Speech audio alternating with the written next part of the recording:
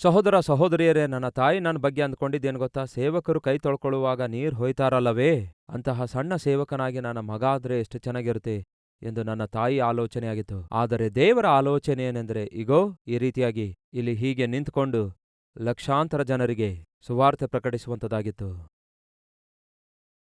ತಂದೆಯೆಂದರೆ, ತಾಯಿಯೆಂದರೆ, ನಿಮ್ಮ ಮಕ್ಕಳ ವಿಷಯದಲ್ಲಿ ನೀವು ಹಾಕಿಕೊಳ್ಳುವ ಆಲೋಚನೆಗಳಿಗಿಂತಲೂ ನಮ್ಮ ಪರಲೋಕದಲ್ಲಿರುವ ತಂದೆ ಉನ್ನತವಾದ ಆಲೋಚನೆಗಳನ್ನು ಹಾಕಿಕೊಂಡಿದ್ದಾರೆ. ನಿಮ್ಮ ವಿಷಯದಲ್ಲಿ ನೀವು ಹಾಕಿಕೊಂಡಿರುವ ಆಲೋಚನೆಗಳಿಗಿಂತಲೂ ದೇವರು ಉನ್ನತವಾದ ಆಲೋಚನೆಗಳನ್ನು ಹಾಕಿಕೊಂಡಿದ್ದಾರೆ ಎಂಬ ಈ ವಾಸ್ತವವನ್ನು ಮರೆಯಬೇಡಿರೆಂದು ಕರ್ತನ ನಾಮದಲ್ಲಿ ಮನವಿ ಮಾಡಿಕೊಳ್ಳುತ್ತೇನೆ.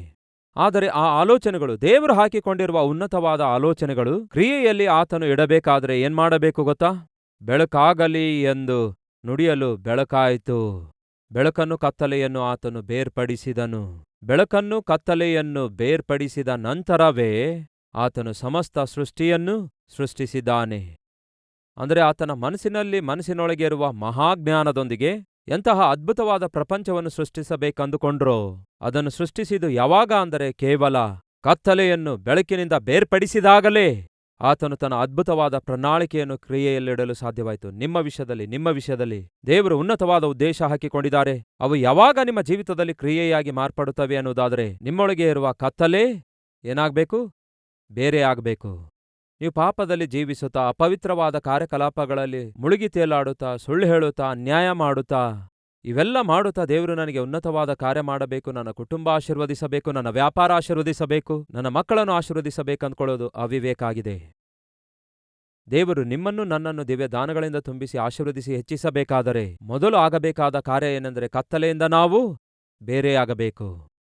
ಈ ಸಕಲ ಸೃಷ್ಟಿಯನ್ನು ದೇವರು ಬೇರ್ಪಡಿಸುವಿಕೆ ಎಂಬ ಪ್ರಕ್ರಿಯೆಯಿಂದಲೇ ಪ್ರಾರಂಭಿಸಿದ್ದಾರೆ.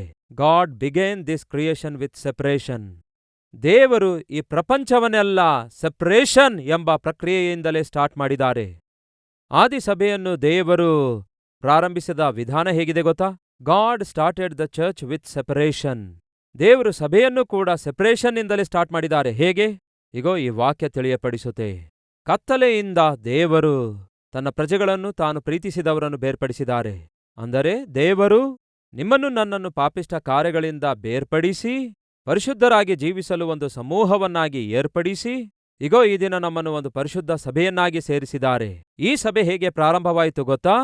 ಪಾಪದಿಂದ ಬೇರ್ಪಡಿಸುವಿಕೆ ಎಂಬ ಪ್ರಕ್ರಿಯೆಯಿಂದಲೇ ಸ್ಟಾರ್ಟ್ ಆಯಿತು. ಯಾರು ಕ್ರೈಸ್ತನು ಅನ್ನುವುದಾದರೆ ಪ್ರತ್ಯೇಕಿಸಲ್ಪಟ್ಟವನು, ಪಾಪದಿಂದ ಬೇರ್ಪಡಿಸಲ್ಪಟ್ಟವನು, ಕತ್ತಲೆಯೊಳಗಿಂದ ದೇವರ ಆಶ್ಚರ್ಯಕರವಾದ ಬೆಳಕಿನೊಳಗೆ ಕರೆಯಲ್ಪಟ್ಟವನು. ಹಾಗೆಯೇ ಸಭೆ ಪ್ರಾರಂಭಿಸಲ್ಪಟ್ಟದ್ದು ಬೇರ್ಪಡಿಸುವಿಕೆ ಎಂಬ ಪ್ರಕ್ರಿಯೆಯಿಂದಲೇ. ಸರಿ, ಪರಲೋಕಕ್ಕೆ ನಾವು ಯಾವಾಗ ಪ್ರವೇಶಿಸುವಂಥವರಾಗಿದ್ದೇವೆ ಏನಾದರೂ ನಿಮಗೆ ಗೊತ್ತಾ? ಬೇರ್ಪಡಿಸುವಿಕೆ ಎಂಬ ಪ್ರಕ್ರಿಯೆಯಿಂದಲೇ ಪ್ರವೇಶಿಸುತ್ತೇವೆ. ಒಂದು ದಿನ ಬರ್ಲಿಕ್ಕಿದೆ, ದೇವರು ಏನ್ ಮಾಡ್ತಾರಂತೆ ಬೈಬಲ್ನಲ್ಲಿದೆ, ನೋಡೋಣ ಬನ್ನಿ. The whole creation will come to an end with separation. Creation began with separation and the church began with separation and the whole creation will come to an end with separation. ಪ್ರಪಂಚವು ಒಂದು ಮುಕ್ತಾಯಕ್ಕೆ ಬರಲಿಕ್ಕಿದೆ. ಹೇಗೆ? ಸೆಪರೇಷನ್ನಿಂದಲೇ ಮುಕ್ತಾಯಗೊಳ್ಳುವಂಥದ್ದಾಗಿದೆ. ಓದುತ್ತಿದ್ದೇನೆ ಕೇಳಿ. ಸತ್ಯವೇದದಲ್ಲಿ ಮತ್ತಾಯನ ಸುವಾರ್ತೆ 25ನೇ ಅಧ್ಯಾಯ 31ನೇ ವಚನ. ಮನುಷ್ಯಕುಮಾರನು ತನ್ನ ಮಹಿಮೆಯಿಂದ ಎಲ್ಲಾ ದೂತರೊಂದಿಗೆ ಕೂಡಿ ಬರುವಾಗ ಆತನು ತನ್ನ ಮಹಿಮೆಯ ಸಿಂಹಾಸನದಲ್ಲಿ ಕೂತುಕೊಳ್ಳುವನು ಮತ್ತು ಎಲ್ಲಾ ದೇಶಗಳ ಜನರು ಆತನ ಮುಂದೆ ಕೂಡಿಸಲ್ಪಡುವರು. ಕುರುಬನು ಆಡುಗಳನ್ನು ಕುರಿಗಳನ್ನು ಬೇರೆ ಬೇರೆ ಮಾಡುವ ಪ್ರಕಾರ ಆತನು ಅವರನ್ನು ಬೇರೆ ಮಾಡಿ ಕುರಿಗಳನ್ನು ತನ್ನ ಬಲಗಡೆಯಲ್ಲಿ, ಆಡುಗಳನ್ನು ತನ್ನ ಎಡಗಡೆಯಲ್ಲಿ ನಿಲ್ಲಿಸುವನು. ಆಗ ಅರಸನು ತನ್ನ ಬಲಗಡೆಯಲ್ಲಿರುವವರಿಗೆ, ನನ್ನ ತಂದೆಯ ಆಶೀರ್ವಾದ ಹೊಂದಿದವರೇ ಬನ್ನಿರಿ, ಲೋಕಾದಿಯಿಂದ ನಿಮಗೋಸ್ಕರ ಸಿದ್ಧ ಮಾಡಿದ ರಾಜ್ಯವನ್ನು ಸ್ವಾಸ್ಥ್ಯವಾಗಿ ತೆಗೆದುಕೊಳ್ಳಿರಿ. ಕೇಳಿ ಪ್ರಿಯ ಸಹೋದರ ಸಹೋದರಿಯರೇ, ಈ ಪ್ರಪಂಚ ಒಂದು ದಿನ ಮುಕ್ತಾಯ ಆಗ್ಲಿಕ್ಕಿದೆ.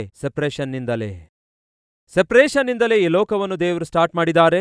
ಸೆಪರೇಷನ್ನಿಂದಲೇ ಸಭೆಯನ್ನು ದೇವರು ಸ್ಟಾರ್ಟ್ ಮಾಡಿದ್ದಾರೆ. ಸೆಪರೇಷನ್ನಿಂದಲೇ ಈ ಕ್ರಿಯೇಷನ್, ಈ ಪ್ರಪಂಚಕ್ಕೆ ಒಂದು ಮುಕ್ತಾಯ ತರಲಿಕ್ಕಿದ್ದಾರೆ. ಪರಲೋಕದಲ್ಲಿ ನಮ್ಮೆಲ್ಲರನ್ನು ಪ್ರವೇಶ ಪಡಿಸಲಿಕ್ಕಿದ್ದಾರೆ. ಒಂದು ದಿನ ಬರಲಿಕ್ಕಿದೆ, ಕುರಿಗಳನ್ನು ಆಡುಗಳನ್ನು ದೇವರು ಬೇರೆ ಬೇರೆ ಮಾಡ್ತಾರಂತೆ. ಪರಿಶುದ್ಧರಾಗಿ ಜೀವಿಸಿದವರನ್ನು, ಪಾಪಿಷ್ಠರಾಗಿ ಜೀವಿಸಿದವರನ್ನು ದೇವರು ಬೇರೆ ಬೇರೆ ಮಾಡ್ತಾರೆ.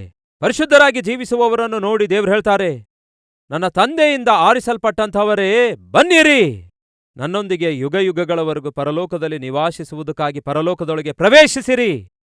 ಹಾಗೆ ದೇವರು ಬೇರ್ಪಡಿಸಿದಾಗ ಕೇಳಿ ಸಹೋದರ ಸಹೋದರಿಯರೇ, ನಾವು ಎಲ್ಲಿರುವಂಥವರಾಗಿದ್ದೇವೆ? ಎಲ್ಲಿ ಇರಲಿಕ್ಕಿದ್ದೇವೆ? ಎಷ್ಟು ಜನ ಧೈರ್ಯದಿಂದ ಹೇಳಬಲ್ಲಿರಿ, ಒಂದು ವೇಳೆ ದೇವರು ಈ ದಿನವೇ ಪ್ರತ್ಯಕ್ಷನಾಗಿ ಯೇಸು ಕ್ರಿಸ್ತನನ್ನು ತನ್ನ ಸ್ವಂತ ರಕ್ಷಕನನ್ನಾಗಿ ಅಂಗೀಕರಿಸಿ ತನ್ನ ಮಕ್ಕಳಾಗಿ ಜೀವಿಸಿದವರನ್ನು ಆತನು ಬೇರ್ಪಡಿಸಿ ಆತನಿಗೆ ವಿರೋಧವಾಗಿ ಜೀವಿಸಿದವರಿಗೆ ಬೇರ್ಪಡಿಸುವುದಾದರೆ, ಈ ದಿನವೇ ಆತನು ಒಂದು ವೇಳೆ ಬೇರ್ಪಡಿಸುವುದಾದರೆ ಕೇಳ್ತಿದ್ದೇನೆ, ನಾವು ಯಾವ ಕಡೆಗೆ ಇರ್ತೇವೆ?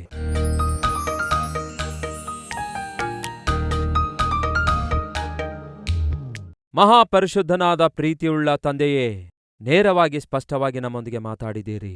ಈ ಸಮಯದಲ್ಲಿ ನಿಮ್ಮ ಪ್ರೀತಿಯನ್ನು ದೇವರೇ ಲೋಕಕ್ಕೆ ಪ್ರಚುರಪಡಿಸಬೇಕು, ಈ ಜವಾಬ್ದಾರಿಕೆಯನ್ನು ಕೂಡ ನಾವು ಜ್ಞಾಪಕ ಮಾಡಿಕೊಳ್ತೇವೆ. ಯೆಶಯ್ಯ, ನೀವು ನಮಗೋಸ್ಕರ ಮರಣ ಹೊಂದಿದ್ದೀರಿ, ಮರಣವನ್ನು ಗೆದ್ದು ತಿರುಗಿ ಎದ್ದು ಬಂದಿದ್ದೀರಿ, ನಮಗೋಸ್ಕರ ಪರಲೋಕದಲ್ಲಿ ಸ್ಥಳವನ್ನು ಸಿದ್ಧಪಡಿಸುತ್ತಾ ಇದ್ದೀರಿ, ಅತಿ ಬೇಗನೆ ಬರಲಿಕ್ಕಿದ್ದೀರಿ. ನಿಮ್ಮ ಬರೋಣಕ್ಕೋಸ್ಕರ ನಿತ್ಯವೂ ಕಾದು ಎದುರು ನೋಡುವ ಮಹಾಕೃಪೆ ನಮ್ಮೆಲ್ಲರಿಗೂ ದಯಪಾಲಿಸಿರೆಂದು ಯೇಸುವಿನ ನಾಮದಲ್ಲಿ ಬೇಡಿ ಹೊಂದಿದ್ದೇವೆ ತಂದೆಯೇ, ಆಮೇನ್.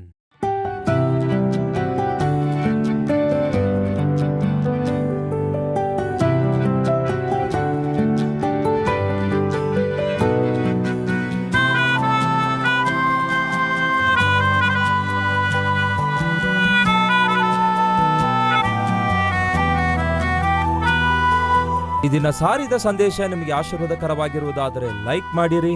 ಇಂಥ ಅದ್ಭುತವಾದ ಸಂದೇಶಗಳನ್ನು ಪ್ರತಿದಿನ ನೋಡಲು ಆಶಿಸುತ್ತಾ ಇದ್ದೀರಾ? ಹಾಗಾದರೆ ಸಬ್ಸ್ಕ್ರೈಬ್ ಮಾಡಿ, ಹಾಗೆಯೇ ಬೆಲ್ ಐಕಾನ್ ಕ್ಲಿಕ್ ಮಾಡಿ ಅನೇಕರಿಗೆ ಈ ಸಂದೇಶವನ್ನು ಶೇರ್ ಮಾಡುವ ಪ್ರಯತ್ನ ಮಾಡಿ.